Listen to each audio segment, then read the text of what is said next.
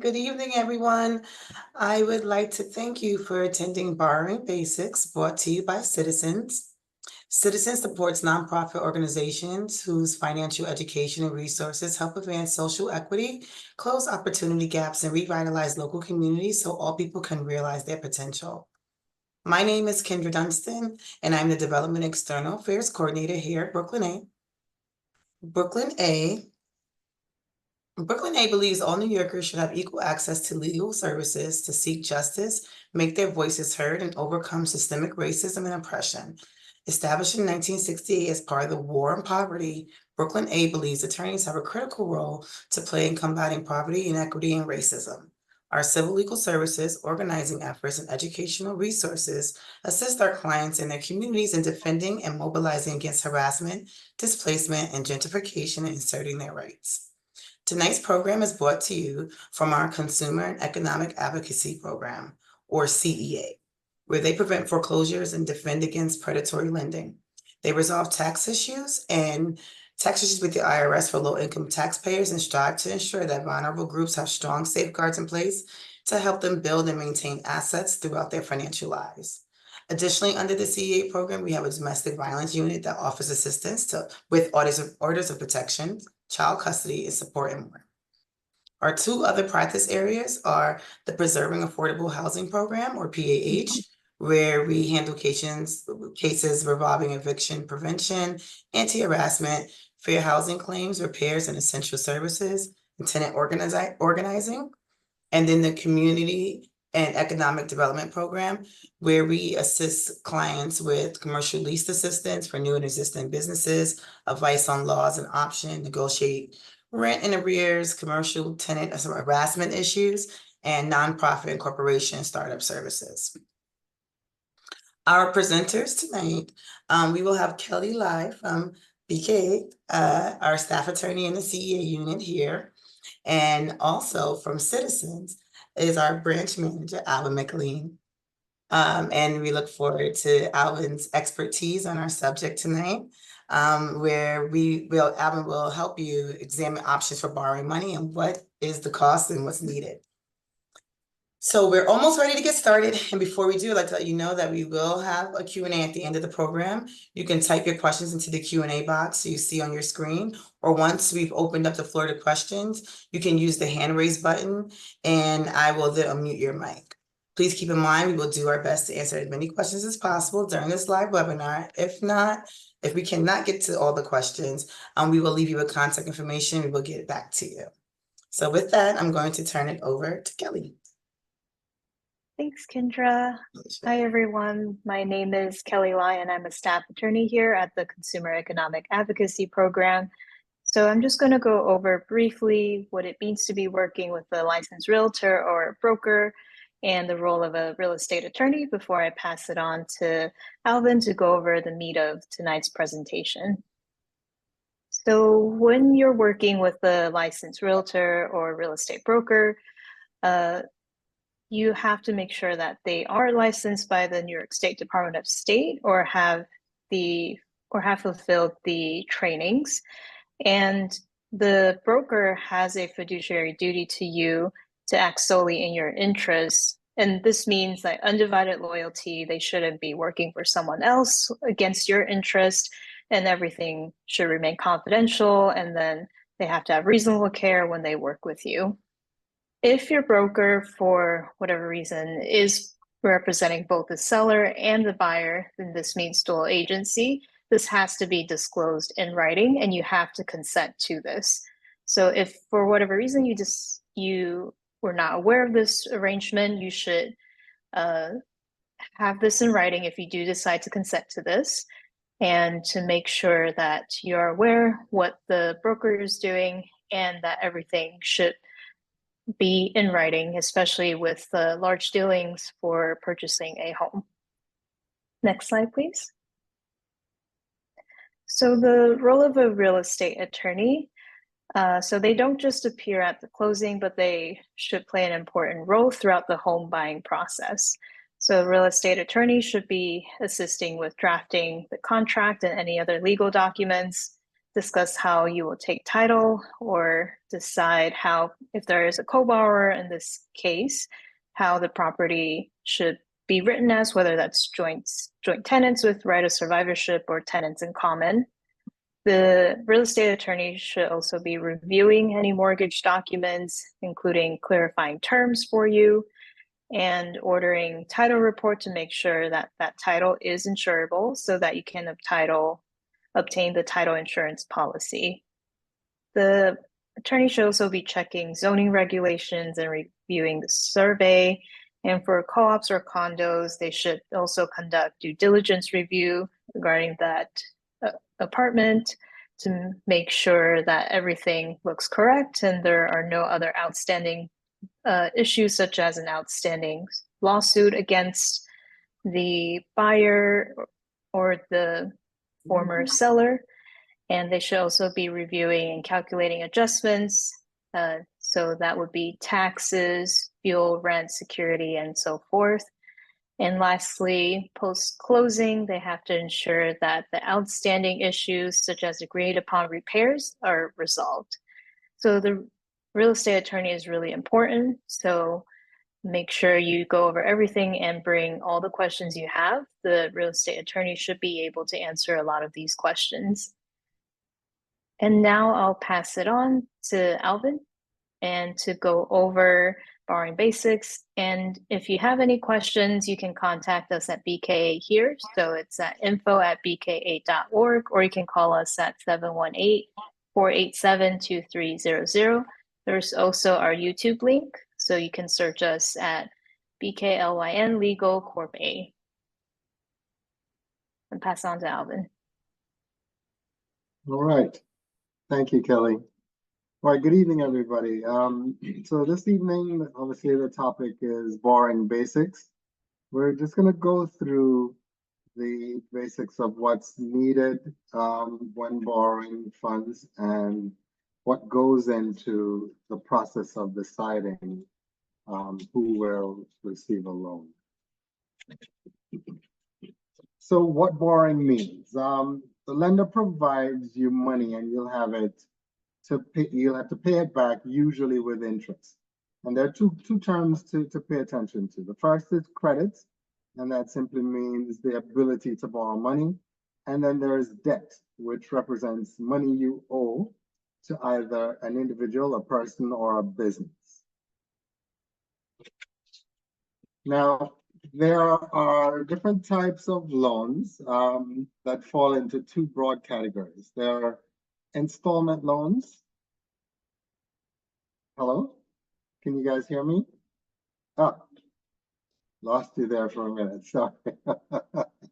Yeah, so there are two broad categories of loans. There are installment loans, and then there are revolving loans. Installment loans, usually they're repaid in equal payments over a set period of time. And you see some examples up there, car loans, student loans, and most fixed rate mortgages. And then there are revolving loans, which are repaid based on how much you've borrowed. And so an example, a very, very good example would be a credit card or a home equity line of credit.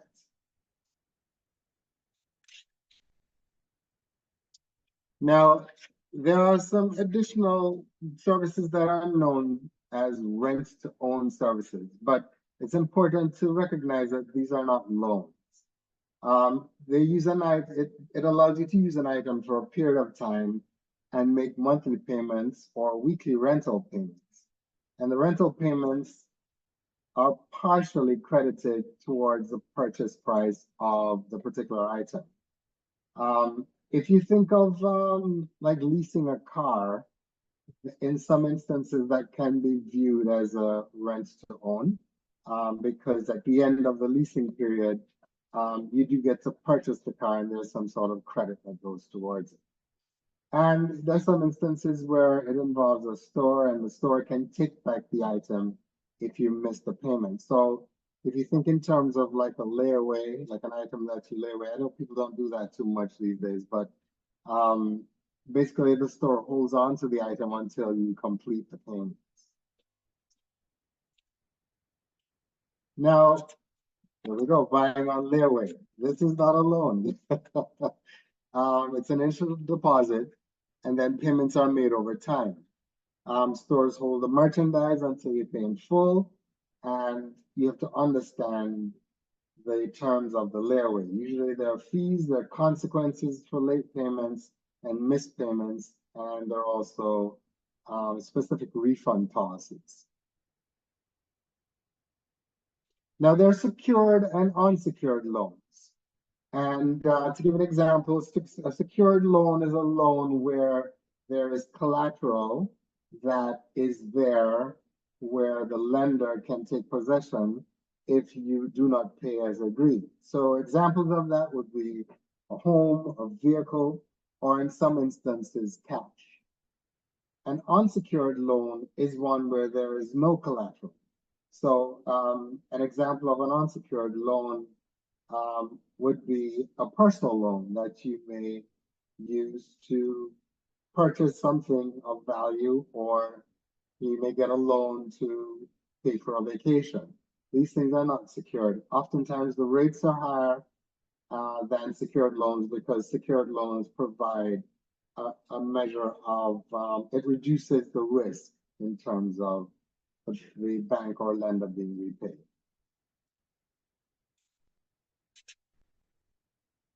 Now, the cost of borrowing. Now, this is always the topic that generates the most interest because, generally speaking, you will repay more money than you borrow.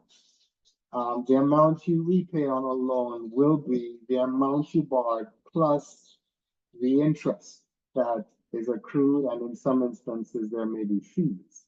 And just to give you some terms, the principal represents the money that you borrow. The interest would be the amount of money financial institutions will charge for allowing you to use the money. And then fees would represent any kind of cost associated with providing that loan. So think in terms of like a loan application fee. That would be a good example of it. Now, in some instances, there are prepayments that will result in you reducing the interest that's accrued on a loan, and this allows you to pay off the loan quickly. In this type of loan, there's no restriction on your paying it early. So an example of that would be like a car loan. There's no restriction on you paying it off ahead of time. It's to your benefit to do that because you save on the amount of interest that you pay. Another example is early repayment of a part of a loan, which generally reduces the interest cost and potentially creates an early payoff date. Some payments, however, have what they call prepayment penalties. And what that means is if you end up paying off the principal ahead of the schedule that has been established, there may be penalties for you to do that. And those loans, while not all that prevalent in the consumer space, it is important for you to know that they exist. I'm sorry, I seem to have lost. Can you guys hear me? Oh, there we go. Okay. All right. Now let's talk about truth in lending. Now, truth in lending, often referred to as TILA, is a governmental regulation that becomes a disclosure as a part of every loan. And what it does is it allows you to compare loans with the same information. So it will show things like loan terms in a clear and uniform manner. And you will receive that TILA disclosure before you sign the loan, because it's important for you to have the information that describes the loan so that you can use it to compare options that may be available to you from different financial institutions.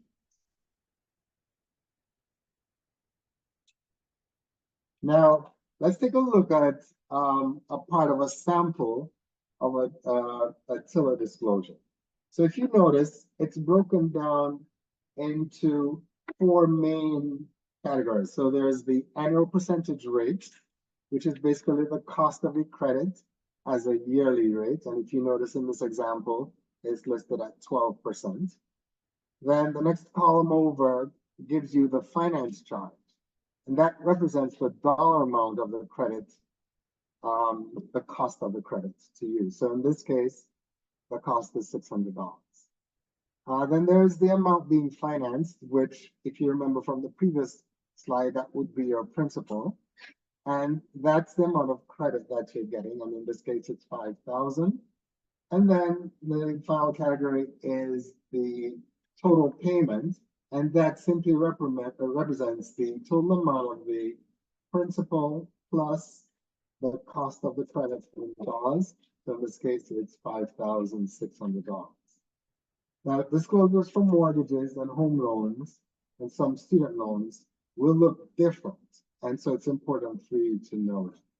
So now what we're going to do is get into some examples that highlight specific categories of the TIL. So if you notice, the highlighted category on this particular page is the finance charge. And you may be wondering, how did we arrive at $600? So it's basically the equivalent of 12% of $5,000. And in this example, you basically multiplied 0.12 times 5,000, which gives you an amount of $600. Let's move on to the next one. Then the next category is the total payments. So your total payments, especially if you're doing a straight fixed rate loan, is going to be based on the total cost of your credit. So in this example, it's $600, and the total principal that you're borrowing, which is $5,000. So that $5,600, for instance, if you were going to pay that back over a 12-month period, then the payments would be split based on the total amount of the cost of the credit plus the principal.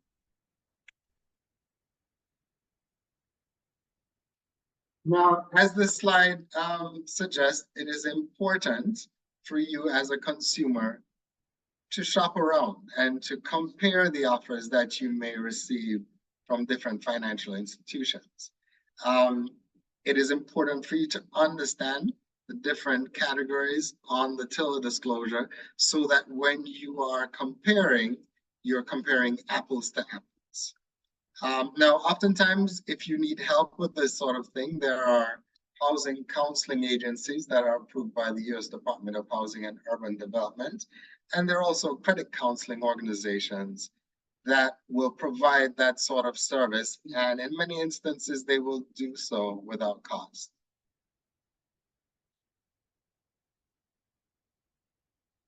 Now, we've just wrapped up section 1, and it's important for us to hone in on what we consider a key takeaway. Be sure that you can afford the payments before getting a loan. Also, know how much it will cost and what will happen if you can't pay it back.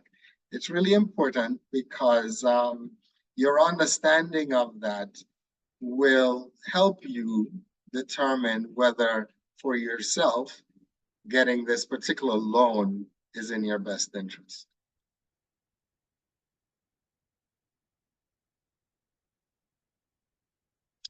Now, at this time, we are about to enter section 2, which is focused on preparing to apply for a loan. So now I'm not sure if Yes, Rita is on. Rita is on. Okay. Yes. Okay. Right. I would like to introduce Rita Salas-Cordero, who's also a branch manager with Citizens. Rita, the floor is yours. Thank you guys Thank you, so Alvin. much. Thank you, Alvin. Thank you guys for your patience and for inviting me, of course. So in section 2 is preparing for to apply for the loan, right? So now that Alvin introduced you guys pretty much to the basics of it, we'll get to started. So the key takeaways of considering what lenders look for when deciding to loan money helps prepare you to apply for the loan. And some of the factors that the lenders may use in these decisions are pretty much the methods used, and each lender kind of has their own little variety. So methods vary from lender to lender. Key factors lenders may use is your credit, also known as character, your capacity, your capital, your collateral for secured loans only, and conditions. Credit and character. So how you have paid your bills or your debts in your past, right? So your credit report and scores are used to evaluate how you use your credit in the past, how many credit accounts you have, and whether you have ever filed for bankruptcy, had property repossessed, or foreclosed upon and made late payments. So pretty much how you are behaving with your credit. Capacity. In capacity, you present your present and future ability to meet your payments. How much of your income goes to pay the debt, and your debt to income ratio. How long you've been employed, and how much money you make each month. Getting back to kind of what Alvin was stating before, can you pay these loans, right? Your monthly expenses, what they are, also goes into it as well. Capital, the value of assets and the net worth. How much money is in your checking account and in your savings account, your investments and other assets, and your net worth. Net worth are assets and pretty much liability. So in your capital, if, for example, you have some cushion in case of anything happening, how would you be able to kind of pay for these loans? For collateral is used for secured loans only. And this is pretty much that the assets that will be secured for the loan. For example, your house, or money in the bank account for secured loans, if you're, or a car is another example of collateral loans. And the conditions depends on the type of loan that it is. Co-borrowing and co-signing. Okay, so co-borrowing is taking out a loan jointly with others. So if you don't have the credit capacity, you'll try to use someone with the credit capacity that can help you get this loan. You must repay the debt even if the co-borrower is not doing so. And the co-signer, the loan proceeds goes to the borrower, not the co-signer. The co-signer promises to pay it back if the borrower does not. So in the case that the borrower is not able to pay the loan, that's when the co-signer would have to step in. So you have to be very careful when co-signing for a loan. Apply it. So my tips for considering and co-signing someone else's loan. Review the tip sheet considering co-signing someone else's loan. Ask questions before co-signing. Pretty much this debt goes on your credit report as well. And you also, can you afford that loan if the borrower cannot, right?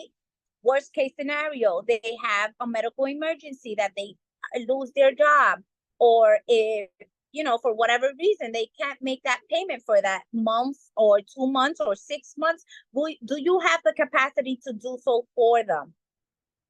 And co-signing, will it affect your ability to get the credit that you need? So in the case that you are co-signing and in the future you need to purchase something, or you need to use your credit, you will also, it plays a factor into your ability to be able to kind of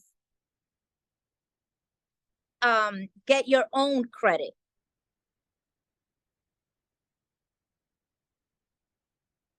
And remember the key takeaways: understanding what lenders look for when deciding to loan money helps prepare you to apply for a loan. So when borrowing money, when someone helps you manage your money. So for example, for my parent, I help him manage his money. So when we go into the bank together, all factors have to be discussed with the person that's actually, their credit is being affected. And even if someone helps you manage your money, understand that the terms of the loan before committing to it. So just because they are able to help you and guide you through it, and they tell you this is a great idea for you, you need to make sure you are able to make that type of commitment when you manage your funds.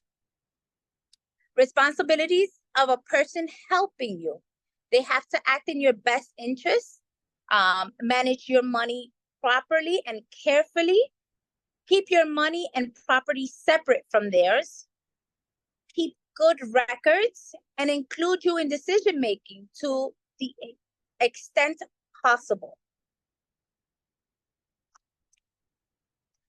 What to discuss. So when you do go in, what do you need to borrow this? Why do you need to borrow this money? What do you need this money for? Do you have enough money to repay the loan? How will you make the payments? These are all questions that you need to consider when going in and asking for a loan and bringing it up to that person. Will it affect any of your sources of income? And what is the best borrowing option for your needs? Is that the right type of loan that you need at that time? Now, if you decide to borrow money, also consider you can get help considering the terms. You can get help completing the application. Lenders will decide if you have a good credit risk. Lenders will not consider credit worthiness of the person helping you, and ask for help if you need it. So remember to make timely payments and keep good records. And remember the key takeaways: even if someone helps you manage your money, understand that the terms of the loan before you committing to it, because this is your loan, not theirs. Take action. Now, what will I do? How will I do it? And will I share my plans with anyone if I do so?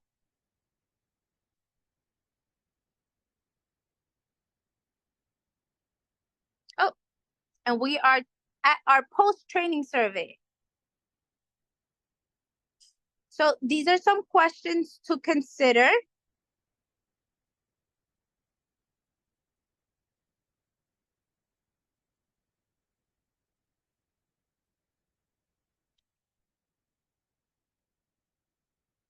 Do they have access to these questions?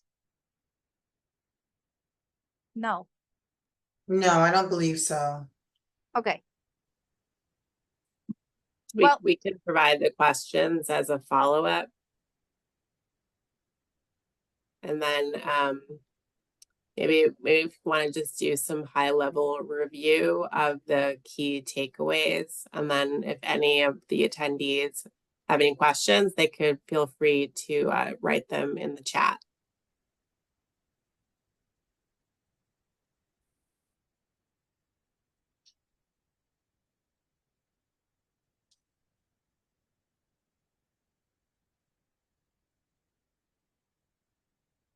Alrighty, so if I give it a few moments, if anyone does have any questions, you can raise your hand. Use the hand raise feature, I'll unmute you, or you can type your questions directly into the chat. I'll give you a few moments for that.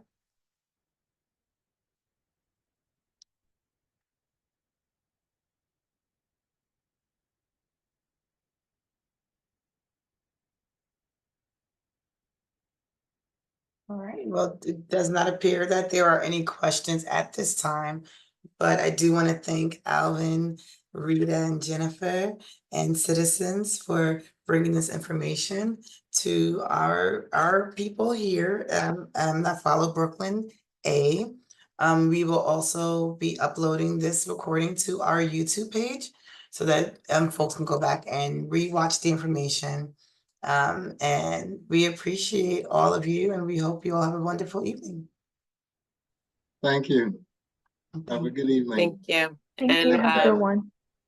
We Thank will you. be back on May 22nd with our second webinar of this 3-part series.